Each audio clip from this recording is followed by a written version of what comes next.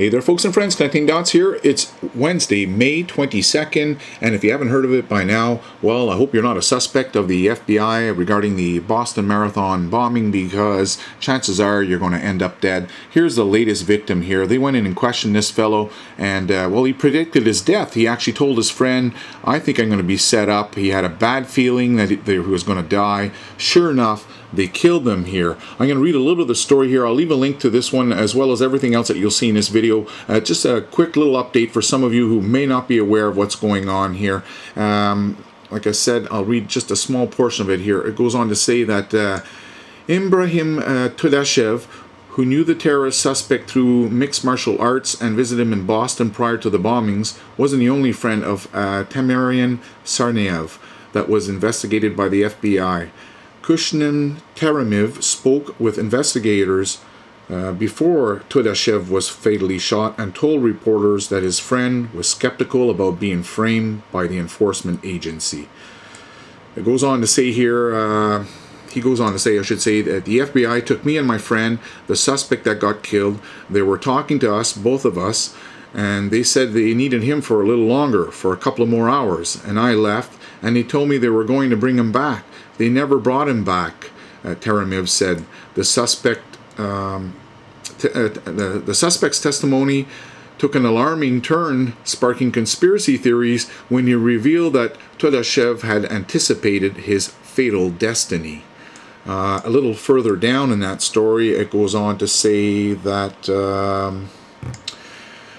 Teremiv also revealed that Tudashev believed the FBI was making up this crazy stuff in trying to establish a connection between him and Tsarnaev, the surviving suspect, who explained that Tudashev's cooperation with the feds led him to cancel a trip to his native country of Chechnya. He canceled the tickets because the FBI had been like, I don't know, they've been pushing him, you know what I'm saying? They've been pushing him, they say, don't leave, so he decided to stay. But we had a bad feeling, worst case scenario, something like that was going to happen. And if anyone has been following my videos here, this is not mine, this is from that website, but it's we've had conclusive, or I wouldn't say conclusive, but a lot of evidence showing that these brothers were not responsible. In fact, I even questioned the whole pressure cooker. If you saw in my videos here, there's a lot of things that don't match up. Anyhow, long story short, we found out that it's actually a secret organization again. It's called Kraft, like Kraft Dinner, except drop the K and put a C in there. C-R-A-F-T, Kraft, whose motto is violence solves problems. Unbelievable. So if you haven't seen that video, I suggest you go take a look at it. Now, anyone who's been following anything else, you want to know a little bit more on this, this is where it gets really, I question the whole thing here, because it says, in a statement, FBI spokesman Paul Bresson said that the FBI agent acted on an imminent threat. An imminent threat? What does that mean? I think you're going to hurt me, so I think I'm going to kill you right now? I don't know what to think of this. An imminent threat. Anyhow, like I said, I'll leave a link there, or you can hit the space bar if you want. You can read it as you want, you will or not. But anyways, what I'm going to stick with here, folks, is that this is all a false flag.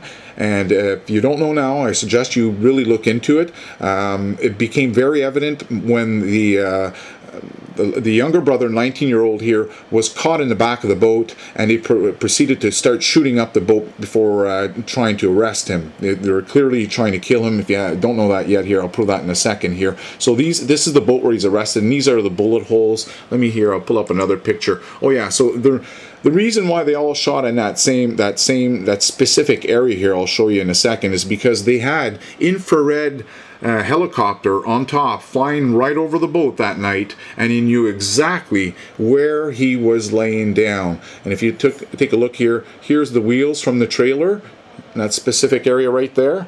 Okay, so they were told, because they were sitting in a SUV, armored SUV, sideways to the boat, they were told, oh, shoot right above the wheel well, that's where he is. Well, lucky for him, and I'll show you, I'll get back with this in a second here. Lucky for him, actually no, this is the right picture.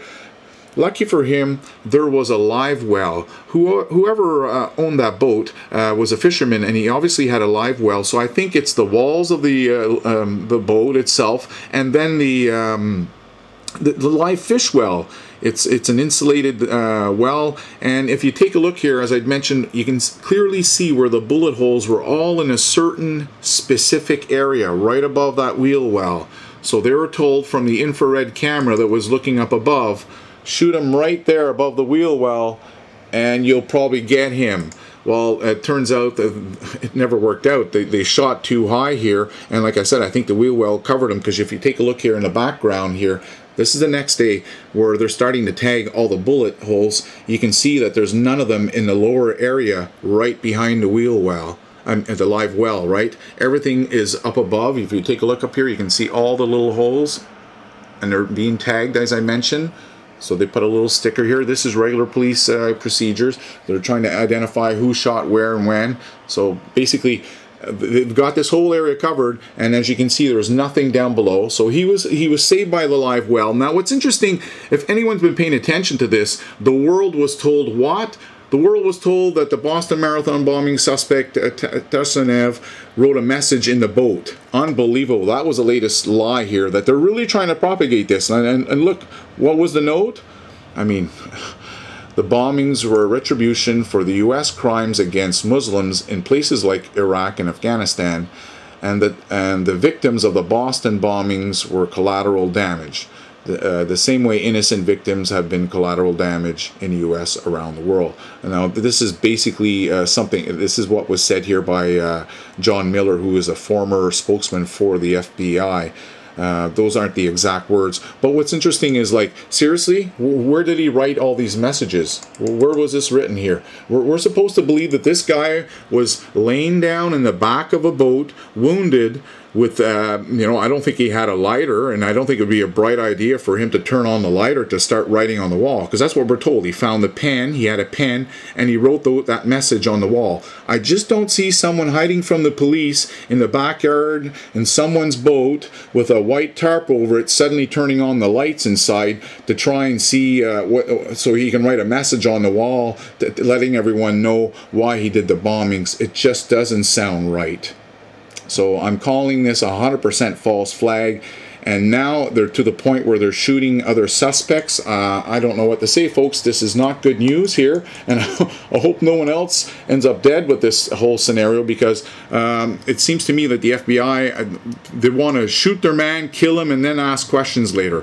Okay, so I'm going to end up this video here with something I've mentioned here before.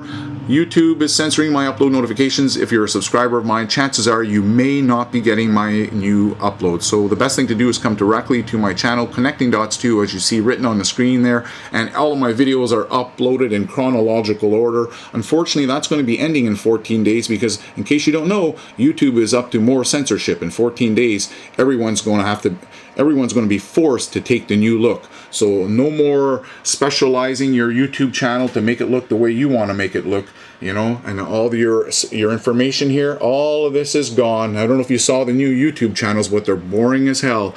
You sure as hell won't catch me doing anything stupid like that. I've been around marketing for too long to know when you don't give up a nice public space for YouTube to end up with what? Nothing but a white back screen. Boring, boring, boring. Stay tuned, folks. Good luck.